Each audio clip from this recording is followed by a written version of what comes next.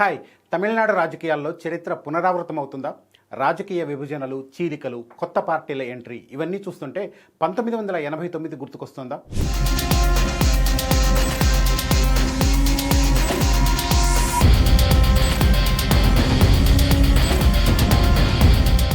ఓవైపు అధికారంలో ఉన్న డిఎంకే, మరోవైపు అంతర్గత సమస్యలతో సతమతమవుతున్న ఏఐఏడిఎంకే. వీళ్ల మధ్యలో కొత్తగా పుట్టుకొచ్చిన నటుడు విజయ్ పార్టీ. ఈ ఈక్వేషన్స్ అన్నింటినీ ఓటర్లు ఎలా చూస్తున్నారు? కొత్త నాయకుల అడుగులు, పాత నాయకుల మధ్య విభేదాలు, తమిళనాట రాజకీయ చదరంగంలో ఏం జరగబోతోంది? అసెంబ్లీ ఎన్నికలు సమీపిస్తున్న వేళ గ్రౌండ్ రియాలిటీ ఎలా ఉంది?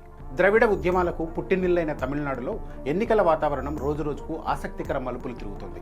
ఎన్నికల సీజన్లో చోటు చేసుకుంటున్న పరిణామాలను చూసి సగటు తమిళ ఓటర్లు చరిత్రను గుర్తు చేసుకుంటున్నారు. 1989లో ఏం జరిగిందో 2026లో కూడా అదే జరుగుతుందా అన్న అనుమానాలు అందరిలోనూ ఉన్నాయి. అప్పట్లో అన్నా ద్రవిడ మున్నేట్ర కజగం రెండు వర్గాలుగా చీలిపోయింది. ఓవైపు ఎంజి రామచంద్రన్ భార్య విఎన్ జానకి వర్గం, మరోవైపు జయలలిత వర్గం బలంగా నిలబడ్డాయి.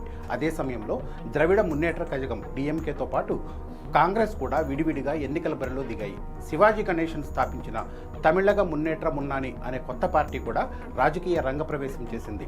మహానేతలు పార్టీలకు నాయకత్వం వహిస్తూ జనం వద్దకు రావడంతో ఓటర్లలో గందరగోళం నెలకొంది.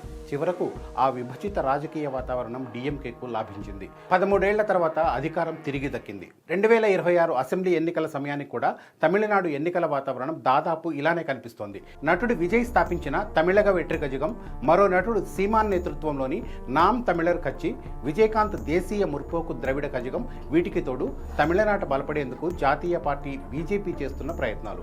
ఇన్ని పార్టీల వ్యూహ ప్రతివ్యూహాలతో తమిళనాడులో పోటీ సంక్లిష్టంగా మారింది. ఇక పీఎంకే పట్టాలి మక్కల్ కచ్చి కూడా రెండుగా చీలిపోయింది. ఒక వర్గానికి డాక్టర్ రామదాస్ నాయకత్వం వహిస్తుంటే మరో వర్గాన్ని ఆయన కుమారుడు అన్బుమణి రామదాస్ లీడ్ చేస్తున్నారు. ఇక అధికార డిఎంకేకి ప్రధాన ప్రత్యర్థిగా ఉన్న ఏఐఏడిఎంకే అంతర్గత కలహాలతో ఇబ్బంది పడుతుంది. మాజీ ముఖ్యమంత్రి పళనిస్వామి ఎక్కువ మంది ఎమ్మెల్యేలు, ఎంపీల మద్దతుతో బలమైన వర్గాన్ని నడుపుతున్నారు. మరో మాజీ ముఖ్యమంత్రి పన్నీర్ సెల్వం మాత్రం చిన్న వర్గానికి నాయకత్వం వహిస్తున్నారు. పన్నీర్ సెల్వం ఈ మధ్య స్టాలిన్ను కలవడంతో ఆయన డిఎంకేకు మద్దతిస్తారేమోనని అంతా భావించినా అలా జరిగే అవకాశాలు తక్కువగానే కనిపిస్తున్నాయి. అయితే పశ్చిమ తమిళనాడులోని కొంగు ప్రాంతంలో బలమైన పట్టున్న పళనిస్వామికి ఇటీవల ఎదురుదెబ్బ తగిలింది.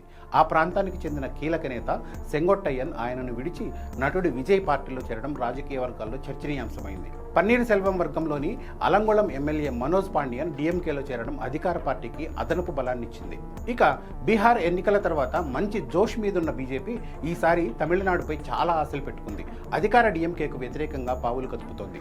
ఏఐఏడిఎంకేతో ఇప్పటికే చేతులు కలిపింది. కేంద్ర మంత్రి పీయూష్ గోయల్ను తమిళనాడు ఎన్నికల ఇన్ఛార్జిగా నియమించింది. వెస్ట్ బెంగాల్లో పార్టీ కేడర్కు ఎన్నికల్లో గెలుపుపై దిశానిర్దేశం చేసిన అమిత్ షా 2 రోజుల పాటు తమిళనాడులో పర్యటించనున్నారు.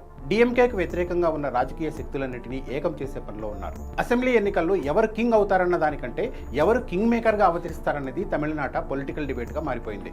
అందరి చూపులు టీవీకే అధినేత విజయ్ వైపే ఉన్నాయి. తమిళనాడులో కాంగ్రెస్ డిఎంకే మిత్రపక్షాలుగా ఉన్నాయి. స్టాలిన్ రాహుల్ మధ్య పొలిటికల్గా మంచి స్నేహమే ఉంది. అయితే స్థానిక కాంగ్రెస్ నేతలు మాత్రం ఈసారి డిఎంకే కంటే విజయ్ టీవీకేతో పొత్తు పెట్టుకుని ఎన్నికల బరిలోకి దిగితే మెరుగైన ఫలితాలు వస్తాయని భావిస్తున్నారు.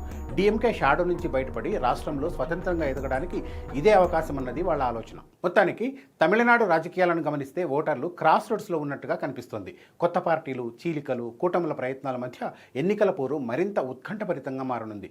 1989 నాటి పరిస్థితులు వస్తే ఓటర్లు ఎవరికి జై కొడతారో చూడాలి.